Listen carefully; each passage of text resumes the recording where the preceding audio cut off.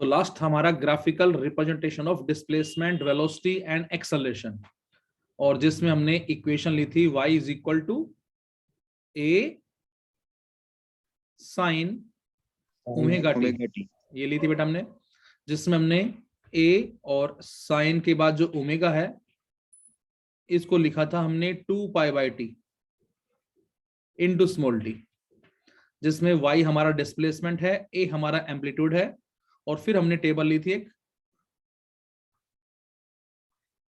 जिसमें t की value को चेंज करेंगे तो उसके कॉरस्पॉन्डिंग y हमें क्या मिलता है, जिसमें टाइम क्या क्या लिए थे, इंटरवल हमने 0 लिया था, उसके बाद t/4 लिया था, उसके बाद t/4 बोल रहे हैं या इसको t/2 भी बोल सकते हैं, एक ही बात है।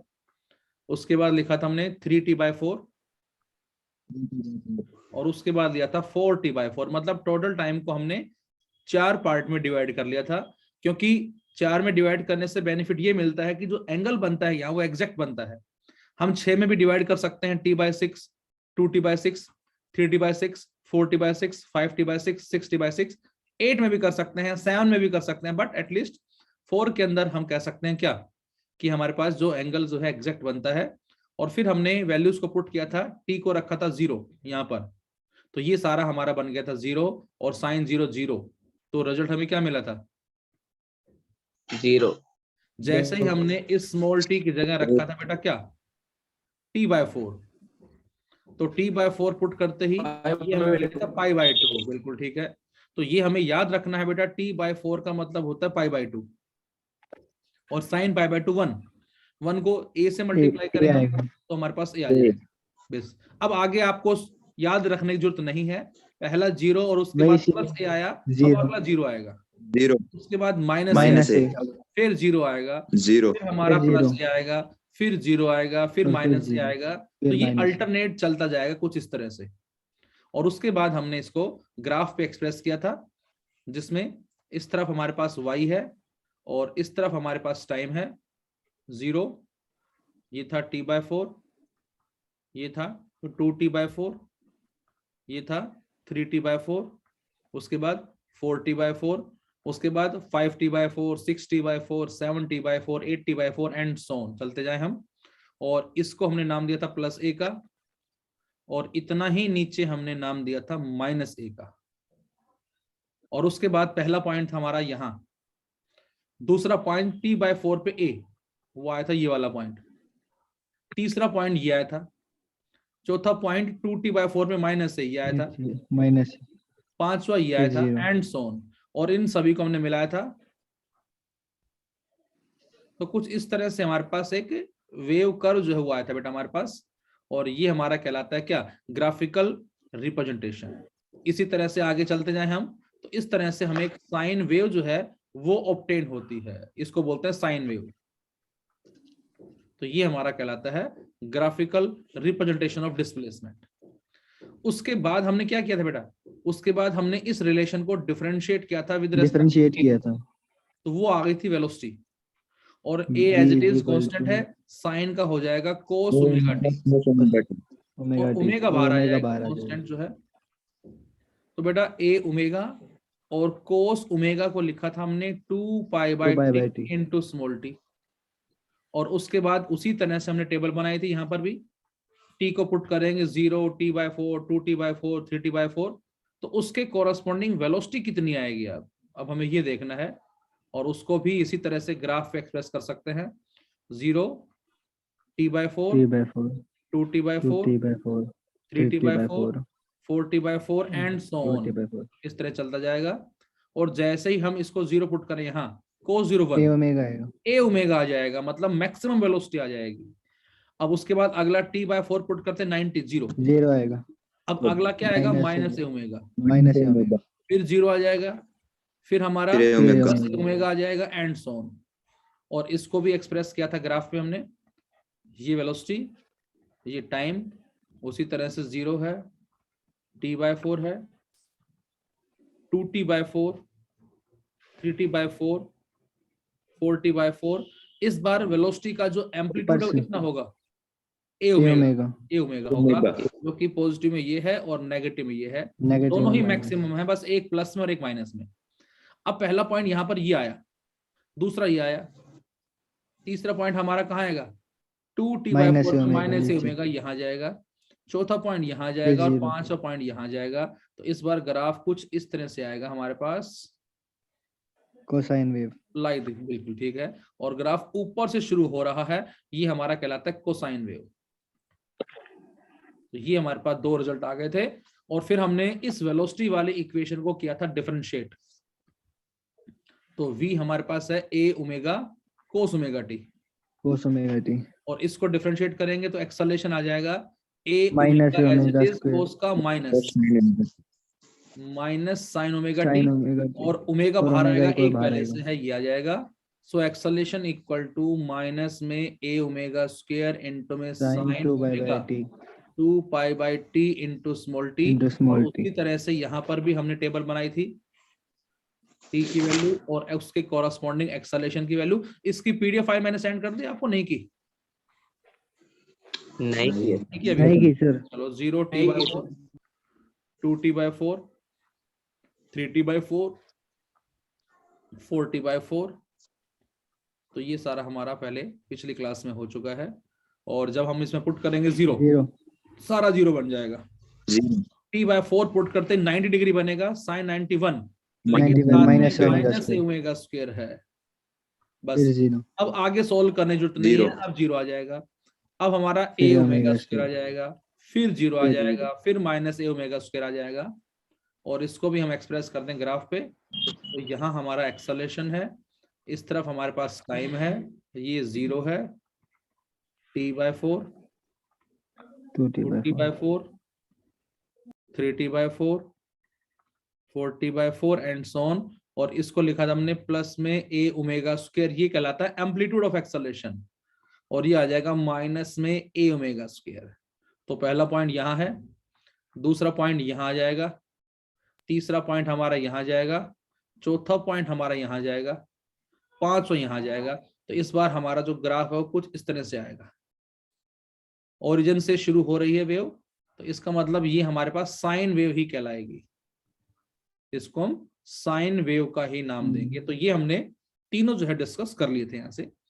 तो ये हमारा इस चैप्टर का पहला डेरिवेशन कहलाता है graphical representation of displacement, velocity and acceleration. 3 marks में एग्जाम में हमें मिल सकता है ये। अब अगला इसका जो सेकंड डेरिवेशन है इंपॉर्टेंट, ये देखे जरा हम, that is total energy in SHM। Total energy in SHM, simple harmonic motion में जो टोटल एनर्जी होगी हमारे पास वो क्या होगी। तो बच्चों हमने पहले पढ़ा है कि सिंपल हार्मोनिक मोशन के बहुत सारे एग्जांपल हैं, लाइक हमारा पेंडुलम जो है, यदि हम उसको मीन से एक्सट्रीम पे लाके छोड़ दें और माने कि ए रेजिस्टेंस नहीं है, तो उस सिचुएशन में ये कांस्टेंट एम्पलीट्यूड और सिंगल फ्रीक्वेंसी से मूवमेंट करता रहेगा। तो बेटा इसको हम SHM बोल सकते हैं, सिंपल हार्मोनिक मोशन बोल सकते हैं। सेम हमने स्प्रिंग का केस भी पढ़ा था कि स्प्रिंग है और यहाँ किसी पॉइंट मास को हमने अटैच कर दिया है, और यदि हम इसको एक्सपेंड करें किसी पॉइंट A से किसी पॉइंट B के ऊपर और B पे लाके इसको छोड़े हम, तो हमारा आंसर होगा कि ये पॉइंट मास वापस जाएगा बिकॉज ऑफ रेस्टोरिंग फोर्स। तो इसका मतलब A है मीन पोजीशन और उसको B पे ले आए, दिस इज एक्सट्रीम पोजीशन। तो जब हम इसको डिस्प्लेस करवा रहे हैं A से B पे, तो वर्क डन कर रहे हैं किसके अगेंस्ट, रेस्टोरिंग फोर्स के, और वो हमारा आया था वर्क पावर एनर्जी में हाफ kx², और रेस्टोरिंग फोर्स हमारा आया था F इक्वल टू -kx। इसका मतलब ये जो पोटेंशियल एनर्जी होगी B पे, छोड़ते ही कन्वर्ट हो जाएगी काइनेटिक एनर्जी के अंदर, तो रेस्टोरिंग फोर्स वापस लेकर आ रहा है। लेकिन जैसे ही वो मीन पे पहुंचेगा, x 0 हो गया, x 0 होते ही रेस्टोरिंग फोर्स 0 हो जाएगा, लेकिन इनर्शिया की वजह से वो यहां ना रुक के पीछे चला जाएगा, वो यहां आ जाएगा, ये स्प्रिंग कंप्रेस हो जाएगी लाइक दिस। तो ये पहुंच जाएगा किसी पॉइंट C के ऊपर। C पे पहुंचते ही क्या होगा, फिर से रेस्टोरिंग फोर्स डेवलप हुआ, और वो रेस्टोरिंग उसको बाहर की तरफ फेंकेगा, बाहर की तरफ धकेलेगा। तो अब रेस्टोरिंग बाहर लगेगा तो सी पे जो एनर्जी होगी हमारे पास दोबारा से क्या हो जाएगी, हाफ के और माइनस एक्स का स्क्वायर, और ये भी दोबारा से क्या कहलाएगी, हाफ के एक्स स्क्वायर कहलाएगी। तो इस तरह से हमने एग्जांपल लिया था। तो ये भी हमारा एसएचएम का एग्जांपल है। तो अब हमें यहाँ पर काइनेटिक एनर्जी निकालनी है, पोटेंशियल एनर्जी निकालनी है और दोनों को ऐड कर देना है। ये हमारी कहलाती है टोटल एनर्जी इन एसएचएम। यहाँ से एसएचएम बिल्कुल। तो यहाँ से इसको हम डिफाइन करते हैं पहले तो, कि जो टोटल एनर्जी होगी हमारे पास एसएचएम में वो हम किस तरह से डिफाइन करेंगे। तो आंसर होगा the sum of kinetic energy and potential energy. तो यहां से लिखेंगे हम the sum of kinetic energy and potential energy denotes the total energy.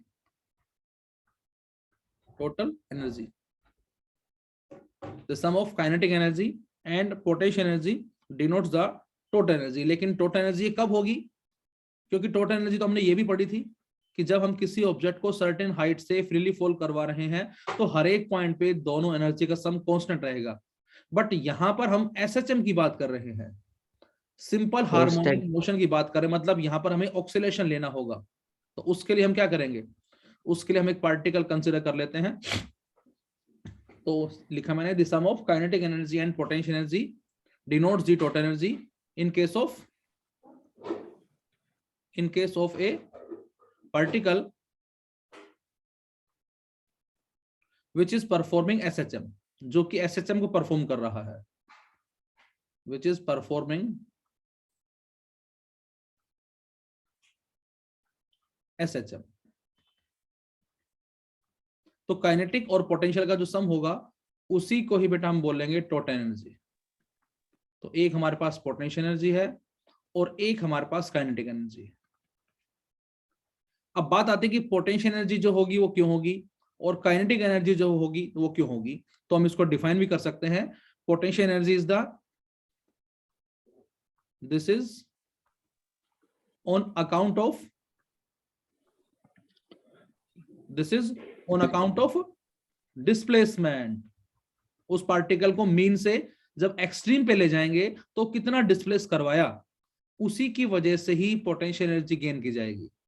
This is on account of displacement. This is on account of displacement of the particle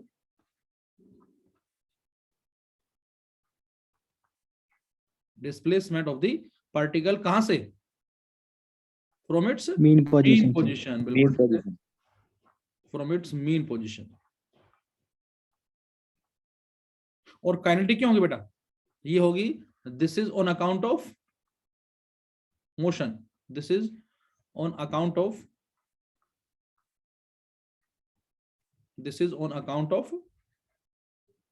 motion, यही कहें this is account of velocity बोल सकते हो आप, motion बोल दो एक ही बात है। This is on account of velocity of the particle या मोशन ऑफ द पार्टिकल बोल सकते हो आप। तो अब हमें देखना है कि पार्टिकल को जब हम डिस्प्लेस करवाएंगे तो उस सिचुएशन में एनर्जी कौन सी होगी, वो सोल्व करेंगे हम बेटा। और वो एनर्जी वही आएगी जो हम पहले पढ़ चुके हैं, हाफ के एक्स स्क्वायर वाली। और उसी तरह से हमें वेलोसिटी निकालनी है। वेलोसिटी कैसे आएगी, जो हमारे पास डिस्प्लेसमेंट वाली इक्वेशन है, कौन सी, y is equal to a sin omega T, उसको डिफरेंशिएट कर देंगे, वो वेलोसिटी आ जाएगी। और वेलोसिटी आने के बाद हम निकाल लेंगे हाफ m v स्क्वायर, उससे हमें मिल जाएगी क्या, दैट इज काइनेटिक एनर्जी और पोटेंशियल एनर्जी जो वो कितनी होगी यहाँ से। तो इसके लिए हमने एक पार्टिकल जो है वो कंसिडर किया। तो यहाँ पर ये हमारी इक्वेशन नंबर 1 हो गई है। अब जरा देखें यहाँ पर हम कि पार्टिकल जो होगा हमारे पास, वो लिखता हूं जरा मैं यहाँ से। तो हमने लिया फर्स्ट केस फर्स्ट, पहले निकालते हैं अपन, दैट इज पोटेंशियल एनर्जी ले लेते हैं पहले।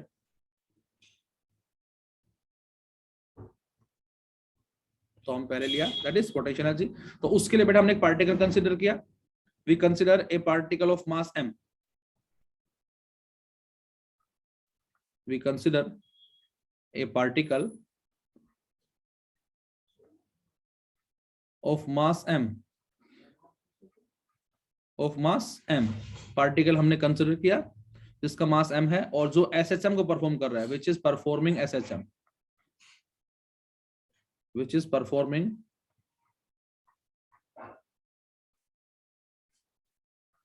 SHM, simple harmonic motion. और मान लेते हैं एम्पलीट्यूड a, मान लेते हैं with amplitude a, with amplitude a मान लेते हैं इसको, with amplitude a and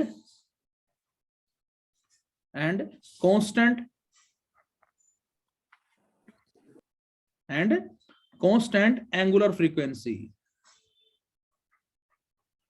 and constant angular frequency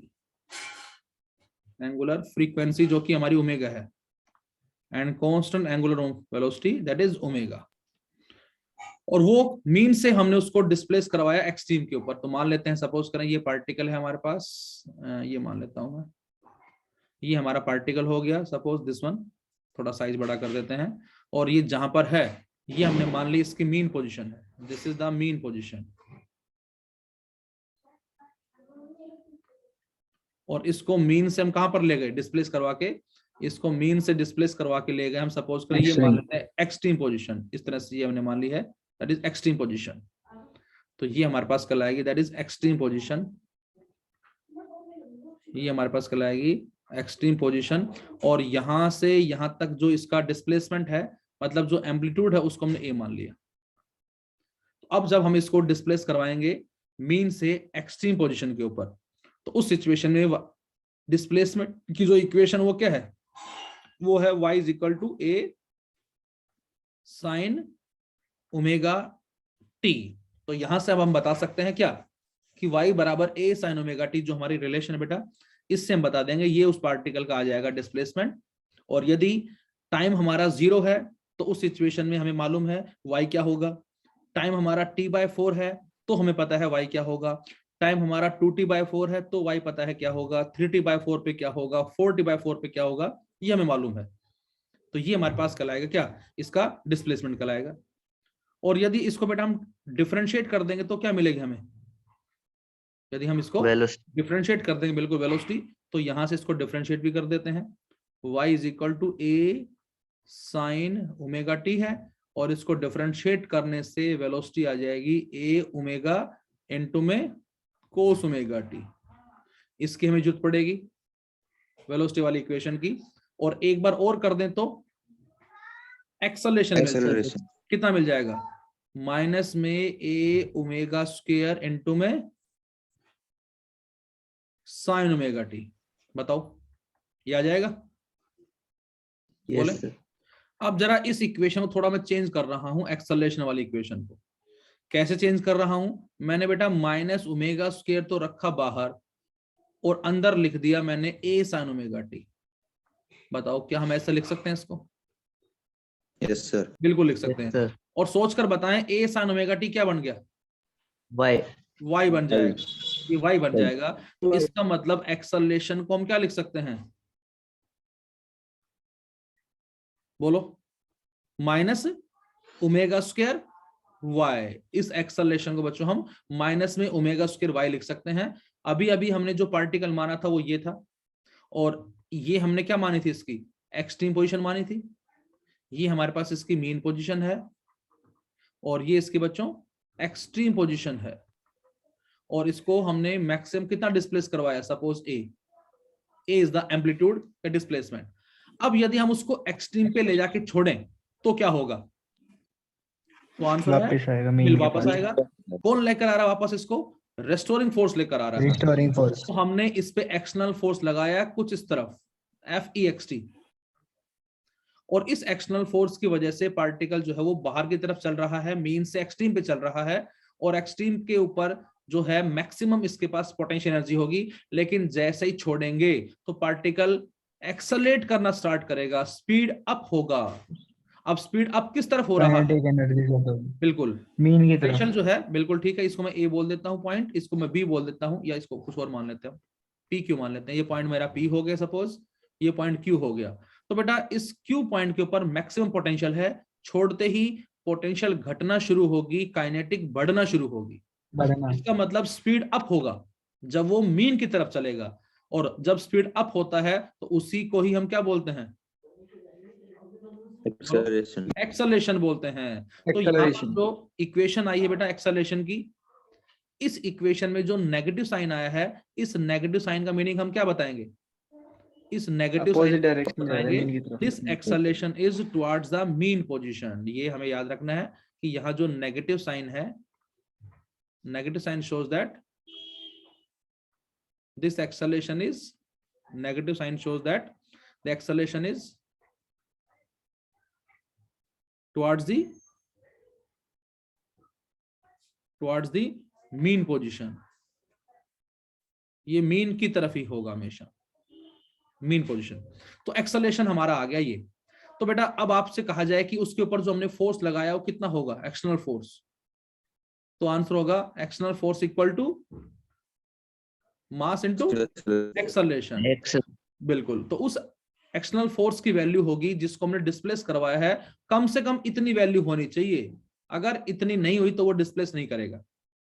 और इस एक्सटर्नल फोर्स को अपोज कौन कर रहा है? ये तो हो गया मास m, और एक्सेलरेशन हमने सोल्व कर लिया है जो कि आया है हमारा माइनस में ओमेगा स्क्वायर इनटू y आया।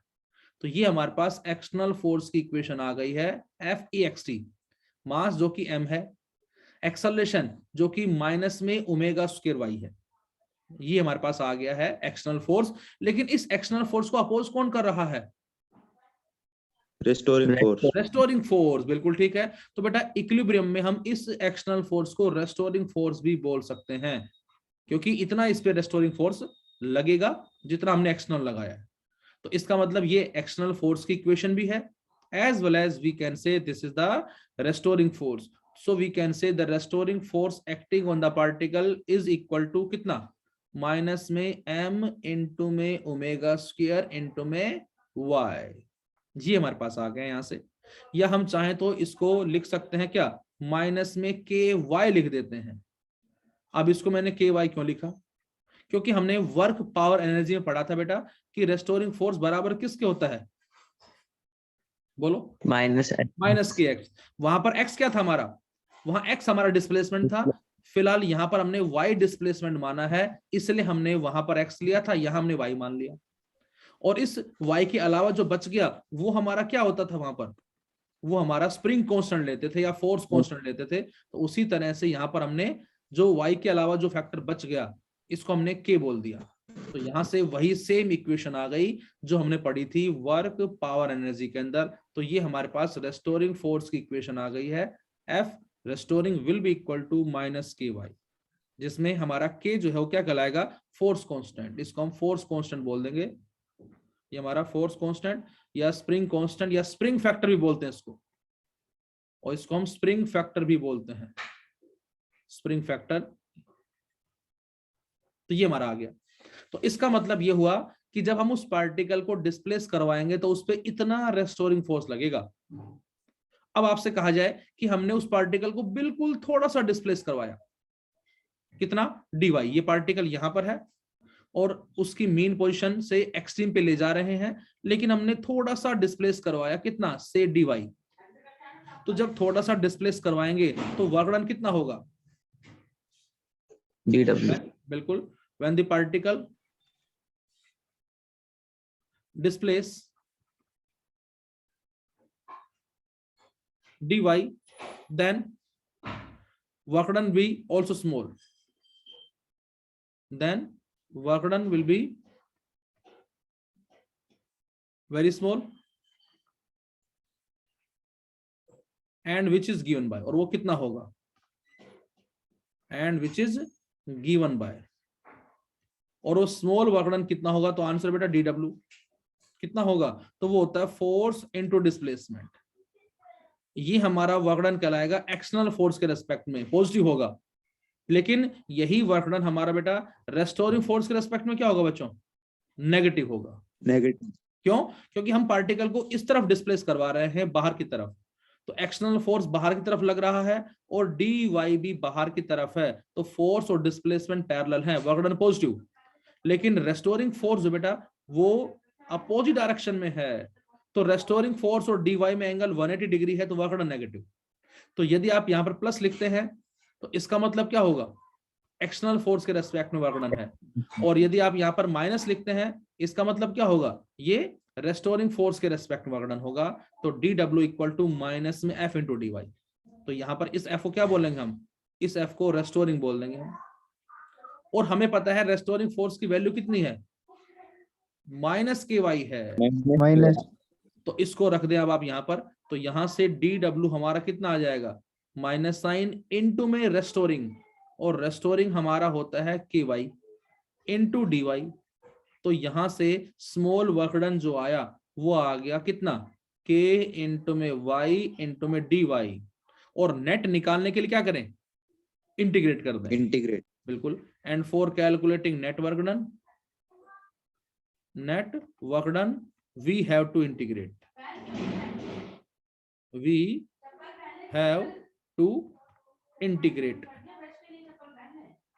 तो इसको इंटीग्रेट कर दो आप। तो बेटा अब जैसे ही इसको इंटीग्रेट करेंगे हम, लिमिट लगा देते हैं 0 से y, तो हमें क्या मिलेगा, तो यहां से लेफ्ट साइड में है dw, राइट साइड में है k इंटू में y इंटू में dy, और इंटीग्रेशन 0 से y, और ये 0 से w। तो बेटा ये आ जाएगा हमारा कितना, k और y dy का, बोलो, y की पावर 2/2, और लिमिट भी जब लगा देंगे हम 0 से y तो वही आ जाएगा सेम हमारा, दैट इज कितना, हाफ इंटू में k इंटू में y का स्क्वायर। ये हमारा वर्क डन आ गया बच्चों, और ये हमारी पोटेंशियल एनर्जी आ गई है। तो बस वहां पर कितना आया था वर्क पावर एनर्जी में, बोलो, kx स्क्वायर। वहां हमारा हाफ kx स्क्वायर आया था, नो मैटर, वहां पर x हमने माना था डिस्प्लेसमेंट, या हमने y मान लिया, x की जगह y आ गया। यहाँ y आ गया। तो सेम चीज है, कोई डिफरेंस नहीं है, बिल्कुल वही रिजल्ट है जो आपने वर्क पावर एनर्जी पढ़ा था, उसी तरह से ही करना है सेम। तो ये हमारे पास आ गई पोटेंशियल एनर्जी। अब सेकंड हमारा जो काइनेटिक एनर्जी है वो कितनी होगी, तो आंसर काइनेटिक एनर्जी होगी कितनी, हाफ इंटू m इंटू में v स्क्वायर, और v हमने पहले से सोल्व कर रखी है बेटा। y था हमारा बच्चों a sin ओमेगा t, ये तो y आया था, और वेलोसिटी कितनी आई थी, a omega cos omega t आई थी, बिल्कुल ठीक है। इस वेलोसिटी को रख दो यहाँ पर, ये काइनेटिक आ जाएगी।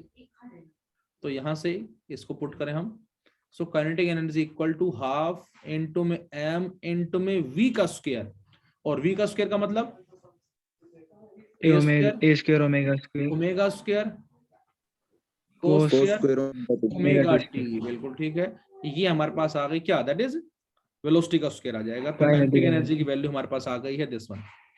अब थोड़ा सा हम इस काइनेटिक एनर्जी को चेंज कर रहे हैं, कैसे चेंज कर रहे हैं देखे जरा। तो काइनेटिक एनर्जी को मैंने लिखा हाफ इंटू में m इंटू में a स्क्वायर इंटू में ओमेगा स्क्वायर, और जो कोस स्क्वायर ओमेगा t है इसको मैंने क्या लिखा, 1 minus sine square omega T. क्यों लिखा अभी जरा पता लगेगा आपको। तो हम कोस स्क्वायर ओमेगा टी को 1 minus sine square omega T लिख सकते हैं, क्यों, क्योंकि हमें पता है कोस स्क्वायर थीटा प्लस में sine square theta will be equal to 1 होता है। तो कोस स्क्वायर थीटा हमारा होता है 1 माइनस साइन स्क्वायर थीटा। तो हमने इस आइडेंटिटी को यूज किया, टाइम होने वाला है, दोबारा ज्वाइन करना सभी को। तो यहां से हमने चेंज किया, और अब लिखा इसको मैंने हाफ इंटू में m into a square into omega square inside 1 minus जो साइन स्क्वायर ओमेगा टी है, रिलेशन है बेटा y is equal to a sine omega T. तो यहां से y बाई a क्या आ जाएगा, y by a sine omega T है, और इस वैल्यू को रख दो आप यहां पर, तो ये क्या बन जाएगा, y square y square upon a square बन जाएगा। और अब ले लें एलसीएम हम,